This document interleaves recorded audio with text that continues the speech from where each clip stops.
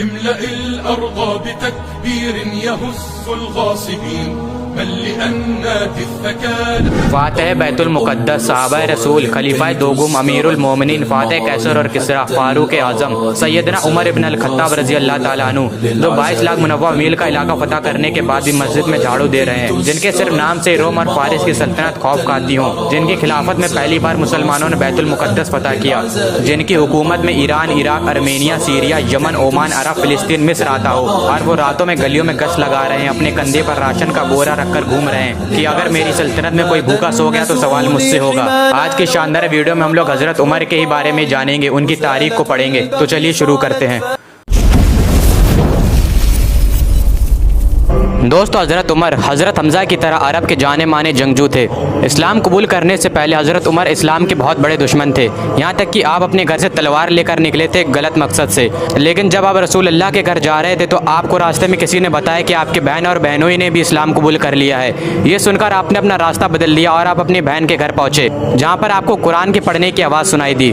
آپ گھر کے اندر گھسے اور آپ اپنی بہن اور بہنوئی سے لڑنے لگے، لیکن بعد میں آپ نے قرآن کے لفظوں سے متاثر ہو کر اسلام کو اپنا لیا۔ اللہ کی قدرت دیکھیے، جو عمر ابھی تلوار لے کر نکلے تھے اب وہ صحابی رسول بن گئے ہیں۔ حضرت عمر اسلام قبول کرنے کے بعد ہر ایک منافق اور کافر کے گھر پر گئے اور گیٹ کھٹکھٹایا۔ جیسی سننا ہوتا تھا کہ عمر آیا ہے ویسی روح نکل جاتی تھی، سناٹا سا پھیل جاتا تھا۔ آپ کہتے تھے کہ میں نے اسلام قبول کر لیا ہے، آؤ اور تم بھی میرے ساتھ شامل ہو جاؤ۔ یہاں تک کہ آپ نے اعلان کروایا کہ اگر کسی کو اپنی بیوی کو بیوہ کرانا ہو، بچوں کو یتیم کروانا ہو، وہ عمر کے مقابلے میں آئے۔ کسی میں بھی اتنی ہمت نہ تھی کہ وہ آپ کا سامنا کرتا۔ حضرت عمر کے اسلام قبول کرنے سے پہلے مسلمان چھپ کر نماز پڑھا کرتے تھے، لیکن حضرت عمر کے اسلام قبول کرنے کے بعد مسلمانوں نے بے خوف ہو کر نماز پڑھنا شروع کر دیا۔ رسول اللہ صلی اللہ علیہ وسلم نے حضرت عمر کو فاروق کے لقب سے نوازا تھا، جس کا مطلب ہے سچ کو جھوٹ سے الگ کرنے والا۔ رسول اللہ نے فرمایا کہ اگر میرے بعد کوئی نبی ہوتا تو وہ عمر ہوتا۔ جس راستے سے عمر گزر جائے اس راستے سے شیطان گزر نہیں سکتا۔ اس دنیا کی تاریخ میں کیا کوئی ایسا بادشاہ، کوئی ایسا شہنشاہ اور کوئی ایسا حکمران گزرا ہے جو 22 لاکھ منوع میل کا علاقہ فتح کرنے کے بعد مسجد میں جھاڑو دے رہا ہو؟ آپ کی خلافت کا یہ عالم تھا کہ آپ راتوں میں گلیوں میں گشت لگاتے تھے کہ اگر کسی کو کوئی ضرورت ہو وہ میں پوری کر دوں، اگر میری خلافت میں کوئی بھوکا سو گیا تو سوال مجھ سے ہوگا۔ ایک بار آپ ایک گھر کے سامنے سے گزر رہے تھے تو آپ نے اس گھر سے روتے ہوئے بچوں کی آواز سنی۔ جب آپ نے ان کی ماں سے پوچھا تو انہوں نے بتایا کہ یہ بچے بھوک سے رو رہے ہیں، تو آپ عوام کے گودام میں گئے۔ وہاں پر حضرت عمر نے اناج کا بورا اپنے پیٹھ پر رکھا اور پھر ان بچوں کے گھر پر آئے اور اپنے ہاتھ سے انہیں کھانا بنا کر کھلایا۔ کافروں نے کہا کہ اگر ایک عمر اور ہوتا تو پوری دنیا میں اسلام پھیل جاتا۔ میرے نبی نے کہا کہ اگر میرے بعد کوئی نبی ہوتا تو وہ عمر ہوتا۔ اتنی عظیم ہستی حضرت عمر رضی اللہ تعالیٰ عنہ، جن کی سلطنت اسلام کے پھیلنے کے ذریعے سے بنی۔ حضرت عمرو بن العاص رضی اللہ تعالیٰ عنہ گورنر تھے مصر کے۔ ایک گھوڑ دوڑ میں ان کے بیٹے نے گھوڑا دوڑایا اور باقی لوگوں نے بھی دوڑایا۔ اس دوڑ میں ایک عام آدمی کا گھوڑا ان کے بیٹے کے گھوڑے سے آگے نکل گیا، تو عمرو بن العاص کے بیٹے کو غصہ آ گیا اور انہوں نے غصے میں اس عام آدمی کو مارنا شروع کر دیا۔ اس عام آدمی کے باپ نے حضرت عمر کے پاس آ کر فریاد لگائی۔ حضرت عمر نے پورے مدینے کو اکٹھا کیا، اس بچے کو بلایا، حضرت عمرو بن العاص کے بیٹے کو بلایا اور اس عام آدمی کے بچے کو اپنی لاٹھی اور اپنا کوڑا دیا اور کہا کہ اسے جب تک مار جب تک تیرے دل کو سکون نہ مل جائے۔ یہ انصاف تھا حضرت عمر رضی اللہ تعالیٰ عنہ کا۔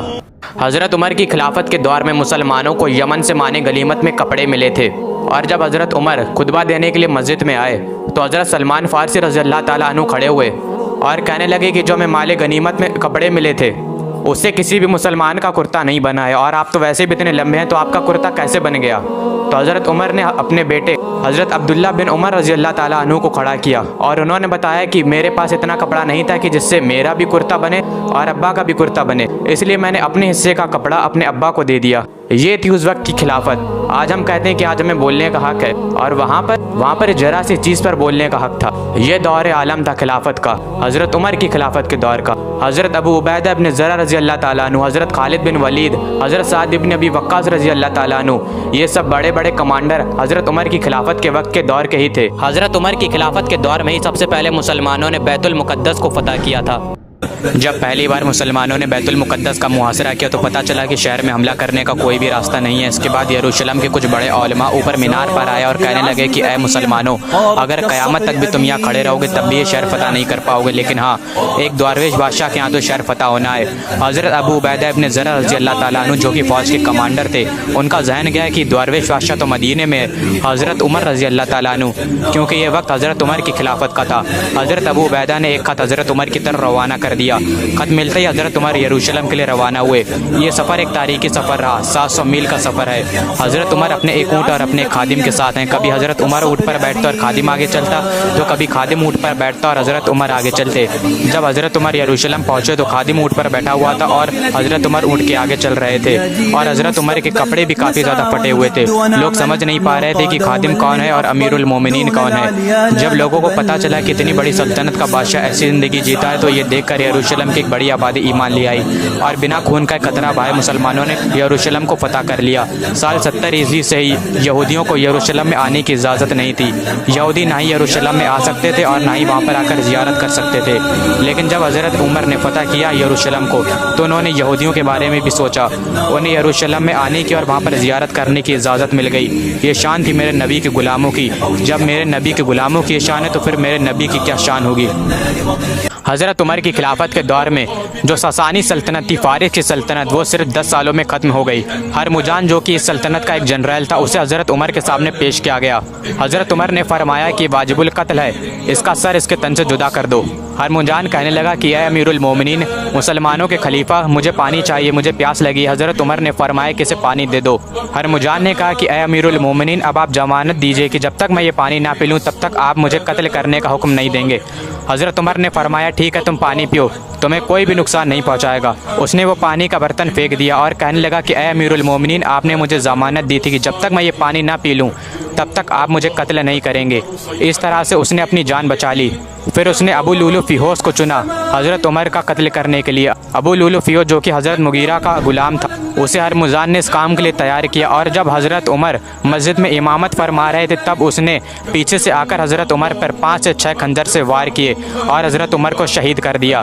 پتہ ہے ابو لولو کو ایران میں کیا کہا گیا؟ حضرت ابو لولو ایرانی جو اپنی قوم پر بہت فخر محسوس کرتے تھے، اس سلطنت کو ختم کر دیا گیا حضرت عمر کے ہاتھوں، اور اس سلطنت کے ایک جنرل نے اس طرح اپنا انتقام لیا۔ دشمنوں کو لگا تھا کہ حضرت عمر کے قتل کرنے کے بعد یہ مسلمانوں کی سلطنت بھی بکھر جائے گی، انہیں لگا تھا کہ یہ پوری عمارت حضرت عمر کے اوپر کھڑی ہے، لیکن ایسا کچھ بھی نہیں ہوا۔ حضرت عمر کے بعد حضرت عثمان کی دور خلافت آئی۔ یہ جو عمارت تھی یہ رسول اللہ صلی اللہ علیہ وسلم نے بنائی تھی، اتنی مضبوط جسے گرانا ناممکن تھا۔